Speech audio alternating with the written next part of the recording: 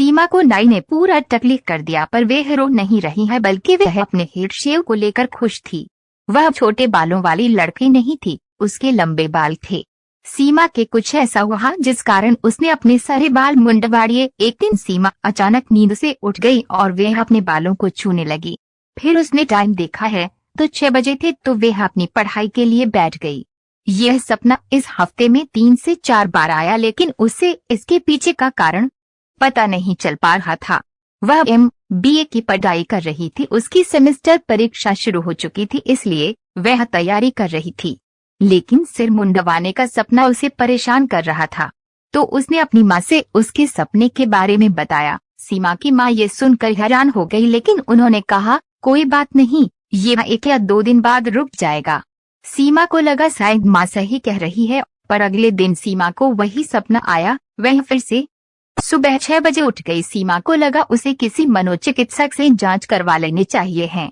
उसने अपनी माँ से बात की, उसके पापा भी वही थे, तो उन्होंने कहा कि एक बार तुम्हारी परीक्षा पूरी हो जाए तो जाकर डॉक्टर से मिल लेना। अगर सपना रुक जाता है तो डॉक्टर के पास जाने की जरूरत भी नहीं होगी। लेकिन सपना हर रोज ठीक उसी समय आता था।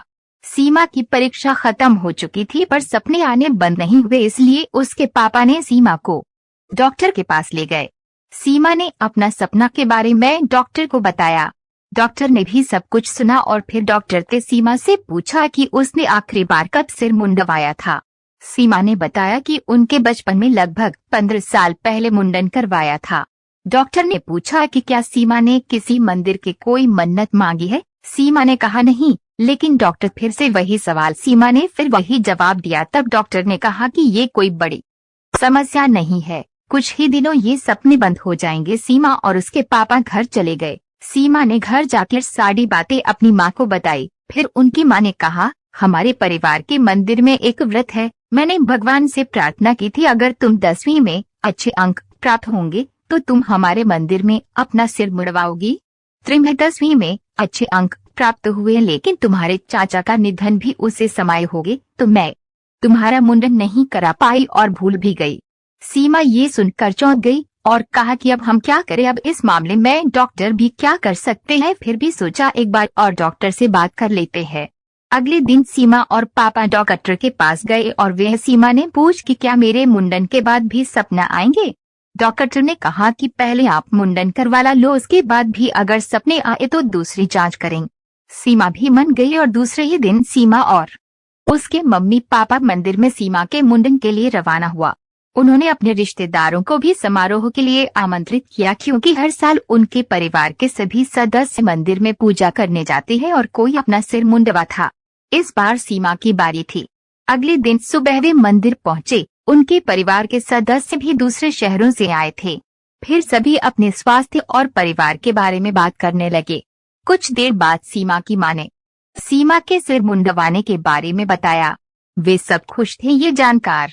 कुछ ही देर में नाई आया और सीमा भी जाके नाई के सामने बैठ गई। उसके परिवार के सभी सदस्य उसका मुंडन होते हुए देख रहे थे। सीमा ने इस नाई बचपन में अपना सिर मुंडवाया था, इसलिए उसे उसका चेहरा याद आता था।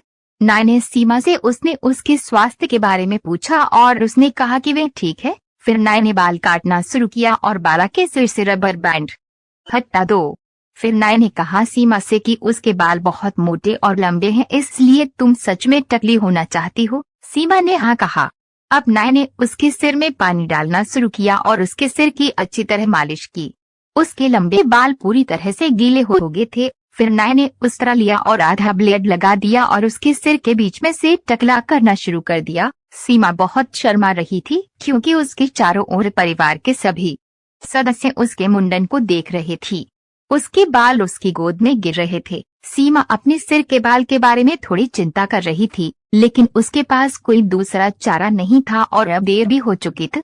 सीमा सोच ही रही थी कि उसके दोस्त और पड़ोसी उसके गंजे सिर को कैसे देखेंगे और शायद मजाक भी बनाएंगे, पर तब तक नाई उसके सिर के दोनों तरफ से टकली कर दिया था। अगले 5 मिनट में वह पूरी तरह से टकली हो चुकी थी, लेकिन नाई ने एक बार फिर से सीमा की टकले पर उस तरफ फिराया और उसका टकला पूरा चिकना कर दिया। फिर नाई से कहा कि तुम्हारा मुंडन हो गया है। सीमा ने आईने में अपने गंजे लुक को देखा और कुछ समय के लिए वह खुद को पहचान ही नहीं पाई। सीमा ने अपने टकले को छूने लगी और फिर अपने गंजे से हाथ फिराया। उसके बाद वह नहाने चली गई। उसकी माँ उसे कुएं के पास ले गई और वही उस पर पानी डालने लगी। सीमा ने अपने टकले को पानी से अच्छी तरह से साफ किया। सीमा की माँ ने कहा कि तुम बहुत सुंदर दिख रही हो। नहाने के बाद सीमा की माँ ने उसके गंजे सिर पर चंदन लगाया। फिर सीमा ने पूजा की और कुछ ही घंटों के बाद सभी लोग वहां से चले गए। सीमा और उसका परिवार भी घर चले गए। सिर मुंडवाने के बाद उसकी सपना रुक गई। अब सीमा खुश है, अगले साल फिर से अपना मुंडन करवाने वाली